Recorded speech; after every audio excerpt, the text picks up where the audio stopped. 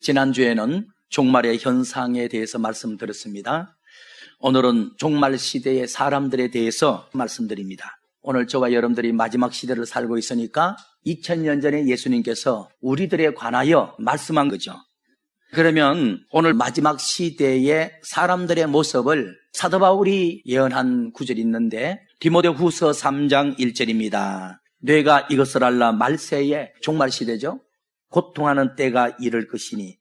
종말 시대 사람들은 자기를 사랑하고, 말세의 첫 번째 특징이 자기 자신만 사랑하는 시대다. 그 다음에 돈을 사랑하며 그랬어요. 이 말은 돈만 사랑하는 시대다. 세 번째는 3절에 선한 것을 좋아하지 않는다. 이 말은 악한 것을 좋아한다는 거죠. 마지막 네 번째는 4절의 말씀 봅시다. 쾌락을 사랑하기를 하나님보다 더 사랑한다. 나는 이 구절을 볼 때마다 가슴이 섬뜩해요. 마지막 시대 사람들의 특징은 하나님보다 쾌락을 더 사랑한다는 거예요. 그런데 중요한 말이 있어요. 1절에는 말세에, 2절은 사람들은, 여기서 말하는 사람이란 불신자들을 포함한 예수 믿는 크리스찬들을 말합니다. 크리스찬들이 자신만 사랑한다는 거예요. 교회 나오는 목적이 뭔지 압니까? 주님을 사랑해 드리기 위해서 나오는 게 아니에요. 주님께 사랑받기 위해서 나오지. 내가 목사님을 도와드려야지 하는 게 아니에요. 목사님 앞에 도움받기 위해서 나오는 거예요. 돈만 사랑한다는 것은 기독교인들이 예배를 왜 드리고 기도를 왜 하는지 아는가? 돈 축복받으려고 드리는 겁니다. 영혼이 장성하고 강건하고 필요 없어요. 기독교인조차 마지막 시대는 하나님을 사랑하기보다 쾌락을 더 사랑한다는 거예요. 그래서 목회를 여기에 맞추면 부응하고 성도들이 좋아하는 거예요. 물질 축복받으라고 외쳐주면 되는 거예요. 지난번 4절, 5절을 가지고는 종말 시대의 현상에 대해서 말씀드렸잖아요. 오늘은 37절에서 39절의 말씀을 가지고 종말 시대의 사람에 대해서 말씀을 드리겠습니다. 크게 첫 번째, 종말 시대에 대하여 잠깐 말씀드리겠습니다.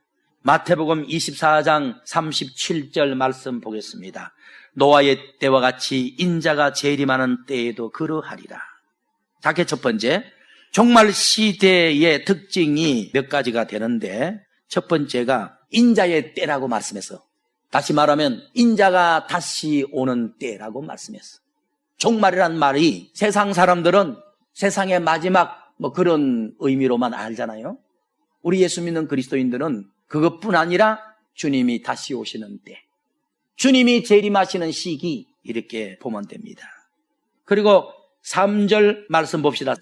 예수께서 감람산 위에 앉으셨을 때에 제자들의 종령이 와서 가로되 우리에게 이르소서 어느 때 이런 일이 있겠사오며 또 주의 임하심과 세상 끝에는 무슨 징조가 있겠나이까. 여기 보니까 종말이란 세상 끝날 주님이 임하는 때라고 말씀했어요. 작게 두 번째는 종말 시대를 어떻게 표현했죠? 37절 노아 시대와 같은 때라고 표현했어요. 노아 시대의 특징은 뭐죠? 노아 시대의 핵심은 홍수 심판으로 멸망했다는 거예요. 그러면 종말 시대는 인자가 다시 오는 때일 뿐 아니라 노아 시대와 같은 때라고 했거든. 노아 시대의 특징은 홍수 심판을 앞둔 시대였거든요. 오늘 우리 시대는 뭐죠? 요한계시록 7년 대환란 시대를 앞둔 시대예요. 홍수 심판이 뭐죠? 죄 짓고 타락하고 준비치 않는 자들을 멸망시키는 도구였죠. 요한계시록을 읽어보세요. 타락하는 기독교 7년 대환란 이렇게 해서 멸망시키는 내용이죠. 노아시대 사람들은 홍수 심판이 다가온다는 것을 모르고 먹고 마시고 타락하다가 멸망을 받았어. 종말시대 기독교인들은 주님 오실 때가 임박하고 내가 육적으로 세상에 빠져 죄 가운데 살면 7년 대환란으로 멸망받는다는 사실을 모르고 자기만 사랑하고 돈만 사랑하고 세상에 빠져 사는 거야. 똑같은 거예요. 그게 두 번째, 종말 시대의 사람들에 대해서 말씀을 드리겠습니다. 종말 시대의 사람들을 한 세 가지로 표현할 수가 있어요. 마태복음 24장 38절 홍수 심판이 있기 전에 노아가 방주에 들어가던 날까지 사람들이 먹고 마시며, 첫째가 종말 시대 사람들은 노아 시대 사람들과 같이 먹고 마시는 데만 관심이 있다는 거야. 다시 말하면 육신의 즐거움에만 취해 있다는 거야. 여러분들은 어떠십니까? 육신이 아름다운 것을 입고 맛있는 걸 먹고 육신이 재미사는 것에만 관심을 가진다는 거야. 근데요, 육신이 좋아하고 육신을 위하고 육신이 즐거워하는 것들은 기본적인 것까지 죄라고 할 수가 없죠. 깊이 들어가면 결국 죄와 연관이 됩니다. 사람이 하루에 밥 3끼 먹는 게 무슨 죄가 되겠어? 종말시대 작게 첫 번째는 그저 육신을 위해서 먹고 마시며 육신의 즐거움만 위해 산다는 거야. 자기 영혼을 먹일 줄도 입힐 줄도 모르고 다른 사람의 영혼에 대한 고민이 없다는 거죠. 작게 두 번째는 38절 말씀 보니까 시집가고 장가가고 있으면서, 그래서 여러분들 시집가고 장가가는 것이 죄가 아니에요. 육신이 시집가고 장가가는 것만 중요시한다는 그 말이지. 그래서 종말시대 첫 번째는 육신을 위해서 먹고 마시는 데만 관심을 가진다. 작게 두 번째는 시집가고 장가가는 일만 중요시 여긴다. 나쁘게 표현하자면 지극히 육적으로 살아갈 것이라는 말이에요. 더 나쁘게 표현하자면 엄난방탕할 것이라는 뜻입니다. 이게 그저 먹고 마시며 시집가고 장가가고, 여러분 기본적으로 먹고 마시고 시집가고 장가가는 게 죄가 아니죠. 그거는 기본적인 것이고 아름다운 것이죠. 그러나 먹지도 못하는 사람, 구원받지 못하는 영혼들을 좀 생각하지 않고 오직 내 육신의 고요식만 위해서 돈을 쓰고 살아가는 것은 지극히 육적이고 타락이고 죄죠. 자기만 살아가는 모습이죠. 그리고 사람이 1대1의 관계로 시집장가가서 살아가는 것은 하나님이 허락한 것이고 아름다운 것이에요. 그런데 시집장가간다는 것은 음란하다는 거죠. 방탕하다는 거죠. 기본적으로 밥 먹는 거야 뭐가 문제겠어요. 남녀 한 쌍이 만나 사는 게 뭐가 죄예요? 바람 피고 음란방탕한 것은 홍수 심판으로 멸망받았던 조건이었죠. 창세기 6장 5절 말씀 봅시다. 노아 시대의 특징을 한번 보겠습니다. 여호와께서 노아 시대 사람들의 죄악이 세상에 가득함을 보시고 그들의 마음과 생각, 계획이 항상 악하다는 것을 보시고 땅 위에 사람 지은 것을 한탄해서 홍수로 심판하기로 마음먹었더라. 이렇게 기록을 했는데, 종말 시대 사람들은 노아 시대 사람들처럼 생각과 마음과 계획이 악하다는 거야. 즉 엄난방탕하고 자기 육신만 위하는 죄 짓는 삶을 산다는 거예요. 먹고 마시는 거 기본적인 것은 죄가 아니죠. 그게 지나치면 심판의 조건이죠. 본문에 돌아갑니다. 우리가 지난 금요일 날 계시록 공부반 목사님들한테는 지금 읽었던 마태복음 24장 38절에 노아 시대는 먹고 마시며 시집가고 장가가는 일을 깊이 풀어드렸어. 근데 우리 주일날 설교 시간에는 시간상 깊이 풀 수가 없어요. 간단히 언급하고 갈게요. 노아 시대 사람이나 종말 시대 사람이나 또 노아 시대 하나님의 백성이나 종말 시대 기독교인들이나 양상이 똑같다는 거야. 첫째, 육신의 먹고 마심에만 취해 있다는 거야. 영혼의 먹고 마심에는 관심 없다는 거야. 말씀이 떡이잖아요. 말씀의 떡을 먹으려고 하지 않고 성령의 은혜는 생수하네. 성령의 생수는 마시려고 안 한다는 거야. 육신에 맛있는 거 먹는데 마시는데 신경 쓰지 영적으로 맛있는 말씀 먹는데 시원한 성령의 생수를 마시는 데는 관심을 안 가진다는 거예요. 두 번째는 그냥 육적으로 시집가고 장가가고 남녀끼리 만나서 연애하는 재미로 산다는 거야. 근데 영적으로 시집가고 장가갈 생각은 안 한다는 말이에요. 해석해 드릴게요. 우리 예수님 제일 많은 게 뭐죠? 영적으로 장가들러 오는 겁니다. 신랑이 장가든다는 말은 신부가 있는 곳에 찾아온다는 말이야. 예수님의 재림은 신부가 있는 이 세상에 오는 거예요. 여러분들 주님 오시면 들림받아 가는 게 뭐죠? 천국 가는 거죠. 천국 가는 것을 다르게 비유하면 시집 가는 겁니다. 시집이 뭐죠? 시아버지 집에 살러 가는 거죠. 시아버지 집은 천국이잖아. 마지막 시대 성도들이 육신에 맛있는 거 시원한 거 먹고 마시려고만 관심을 가지지 영적인 말씀의 떡, 영적인 성령의 생수를 마시려고 안 한다는 거야. 두 번째는 그냥 좋은 짝을 만나서 시집가고 장가가고 또 뭐 남편 모르게 마누라 모르게 연애하려고만 하지. 주님이 나에게 장가들러 오실 때가 임박하다는 걸 모르는 거야. 주님 재림하시면 내가 주님의 나라에 시집갈 준비해야 된다는 걸 모르고 있다는 그 말을 하는 거예요. 작게 세 번째, 종말시대 사람들의 세 번째 특징.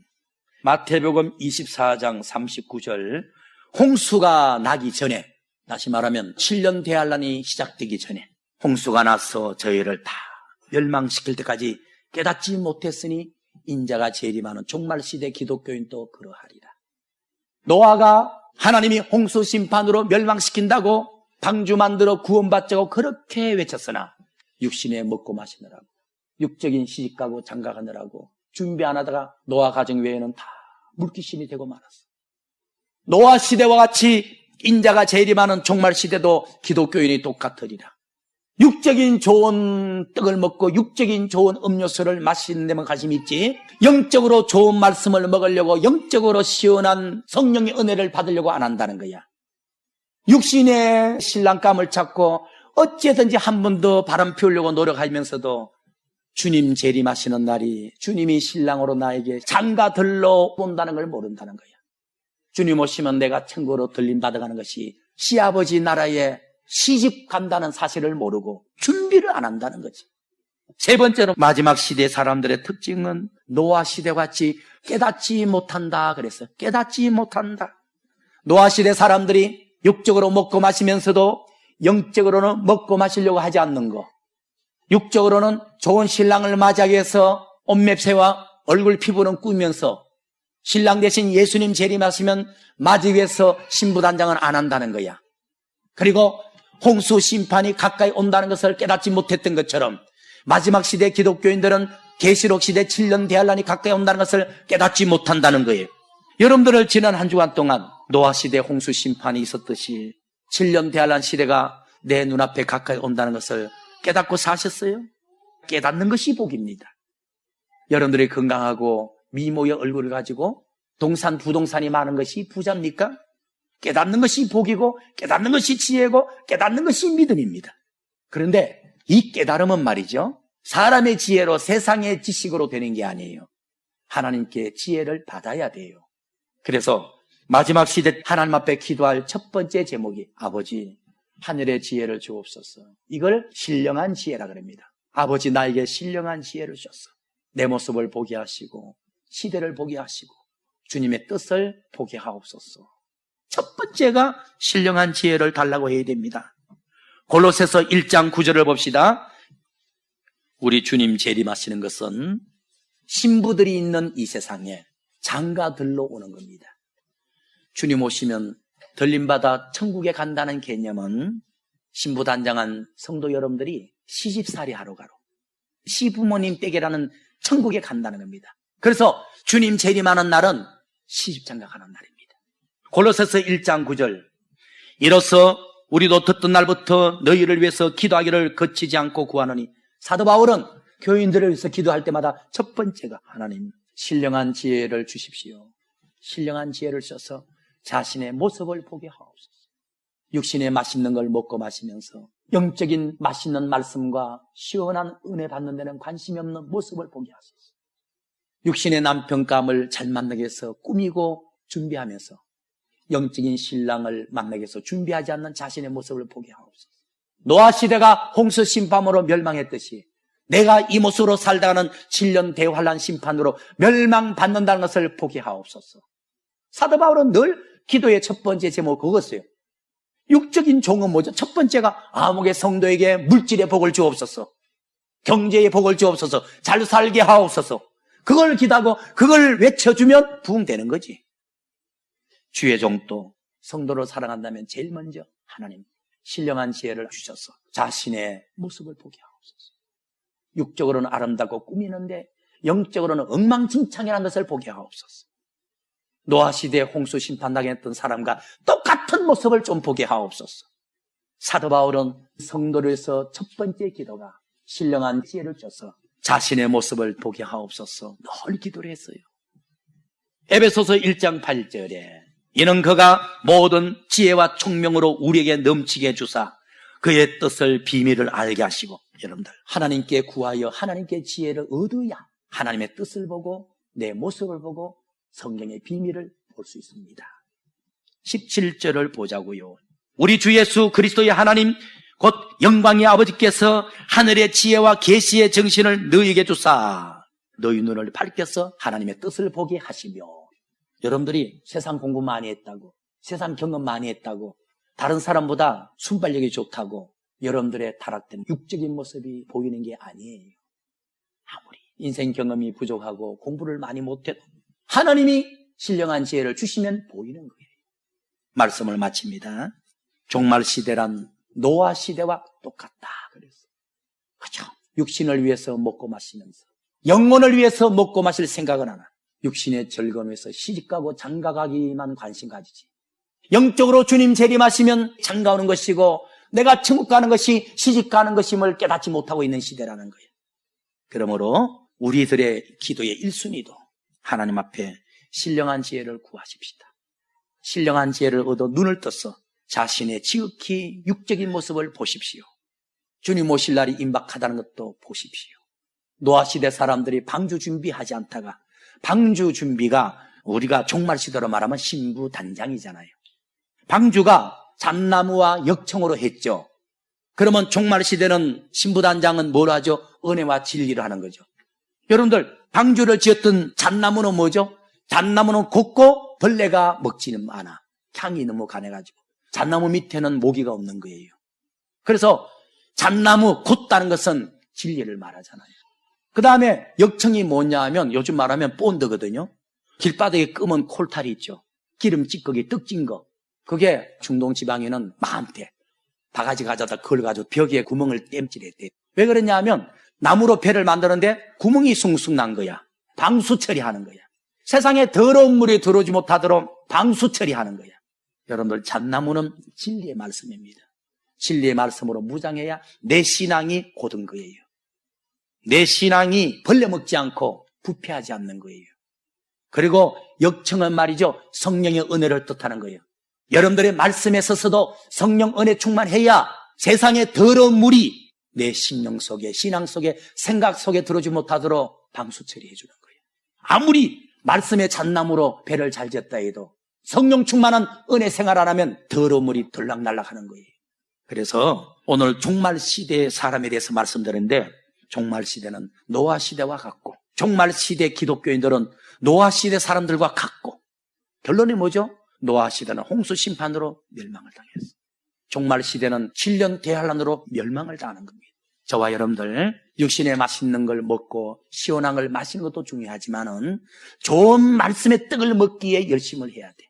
시원한 성령의 생수를 받기를 갈망해야 돼. 그래서 저와 여러분들이 신부단장 잘해서 주님 오시는 날이 주님 나에게 장가오는 날이고 내가 들림받을 가는 날이 시집가는 날임을 깨달아. 주님은 신랑으로서 장가들기 위해서 준비를 잘 하셨겠지. 내가 명색은 신부야. 신부로서 예복을 준비했는지, 신부로서 아름답게 단장했는지 자신을 돌아보고 명색만 신부라고 해서 데려가는 게 아니야. 세마포 준비해야 돼. 성령 충만, 말씀 충만, 신부 단장 잘해서 주님 재림하는 날이 나에게 장가드는 날이 돼. 신부 단장 잘해서 주님 재림하시는 날, 주님의 날에 들림받는 축복이 넘치기를 예수님 이름으로 축원을 드립니다.